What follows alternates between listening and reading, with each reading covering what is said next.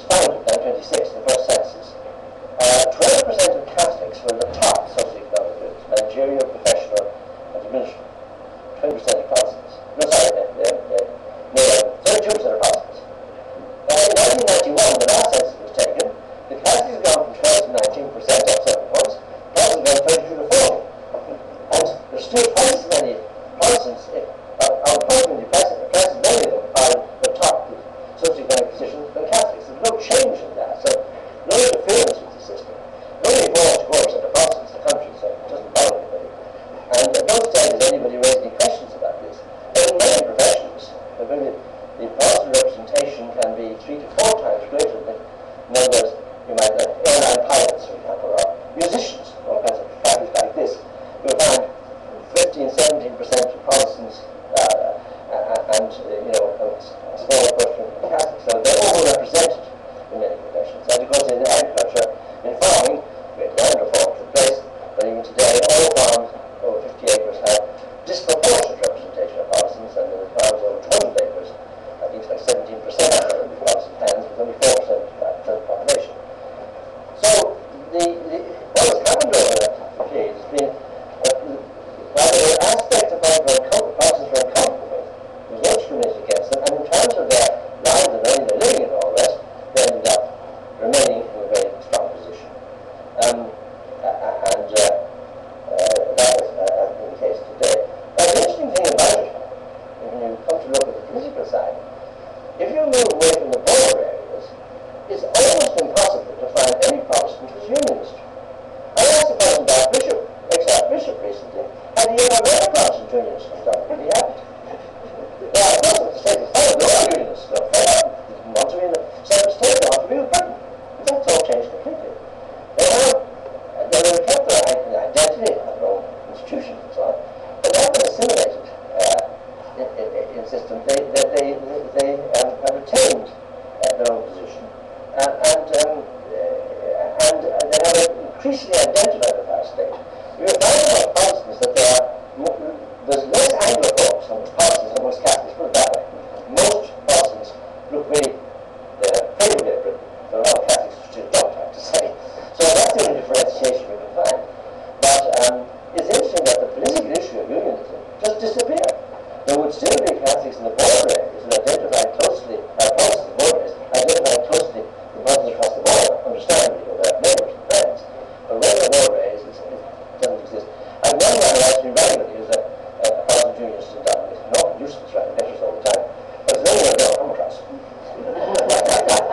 So, in a sense, the Irish state is a success, but there were problems because of some of the laws and the Constitution contain elements which are very much under the influence of the Catholic Church's ideas, which made Protestants uncomfortable, although many of them were directly against them or disadvantaged them in any way, except for us not having divorced the Roman Catholic Church.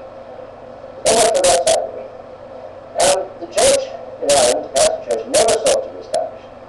They sought the established Church of the 10%, after that was disestablished in 1869-1871. They never sought to replace that. They were perfectly comfortable to be in a very influential position because of the loyalty of people to the Church and the willingness of Catholics up to a few decades ago to accept the guidance of the Church on every issue, including many political ones, not the political one of, not the issues of the Civil War. People ignored the Church when they communicated, but on many of the social issues, the teaching of the Church was very much the view that people were taught.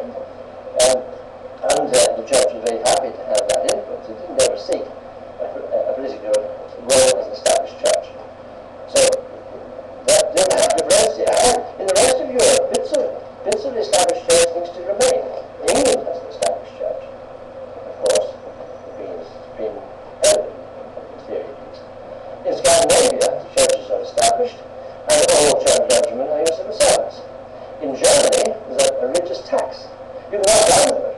But if you opt out of it, you're not then entitled to be buried in the Catholic cemetery or married in the Catholic church. You're not supposed to go to communion, which to me always seems very strange. It seems almost like simony. But that's what the Germans do. It's an Anglican concordat. The Spanish Anglican concordat as well as Rome, and it's a very institutionalized system. When Franco went, they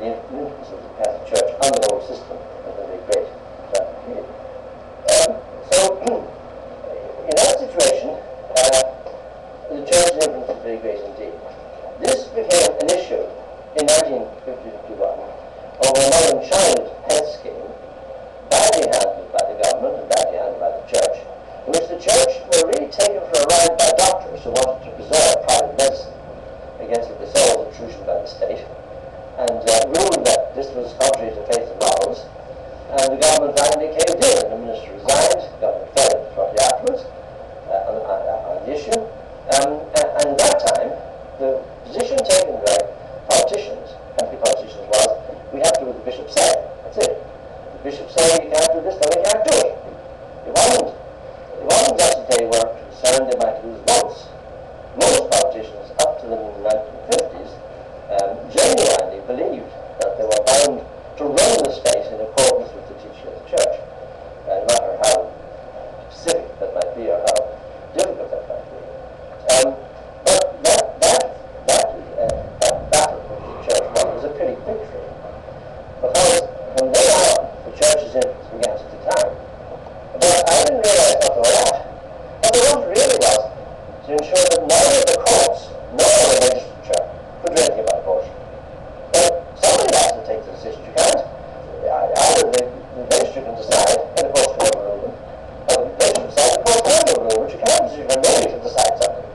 And I didn't realize that. And when the wording was produced as an opposition, I didn't adequately look at the wording. I accepted it because I understood the Protestant bishop was in favour of it. It seemed positively worded. Anyway, the government immediately afterwards, legal advice was this was a very dangerous wording, which could have the effect of actually preventing operations that were taking place, ectopic pregnancies, which were accepted by both church and state. So I went to my ministers, gave us advice, and within 20 minutes we decided, no matter what the cost, no popularity, and no matter we lost it, we couldn't pass a law which had that danger in it. It was, in a sense, a very moral decision, because the only consideration in our minds was that we must not put women's lives of danger by preventing operations which were perfectly legal and accepted in the church at the present time. That decision was denounced by the hierarchy, opposed by the opposition, and some of our members of our parties there. As we knew, in taking that decision we'd be extremely unpopular, and we'd lose on the issue anyway. The wording which we wanted to put in instead of it was rejected. And of course, 10 years later, the problem did arise, the very issue that we had pointed out as a danger happened, and in the particular case of suicide abortion was allowed by the courts because the wording was not good. And I was very unhappy about that. I'm happy I made a mess of it to get involved. It wouldn't happen anyway, even if I opposed it. There was a judge in Parliament who influenced by the church who went through through. But I didn't handle it very well, and the whole thing was unfortunate. It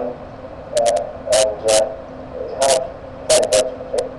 We had two other series of referendums on abortion, but nobody will find a wording in the Constitution that would cover it. You can pass laws in great detail about it, but you can't put it in the Constitution in a simple word. So 3 times we had referendums, and eventually they failed, and we've left the issue where it is. We should have legislation of some kind, but the legislation we have doesn't cover adequately. In our parishes, suicide entitles won't have an abortion. There have been provision for abortion now, but it's better to say, after what point would you have an abortion? After 1 week? There's a vacuum, But nobody wants to tackle it after having had 3 terrible rounds of the issue. And a very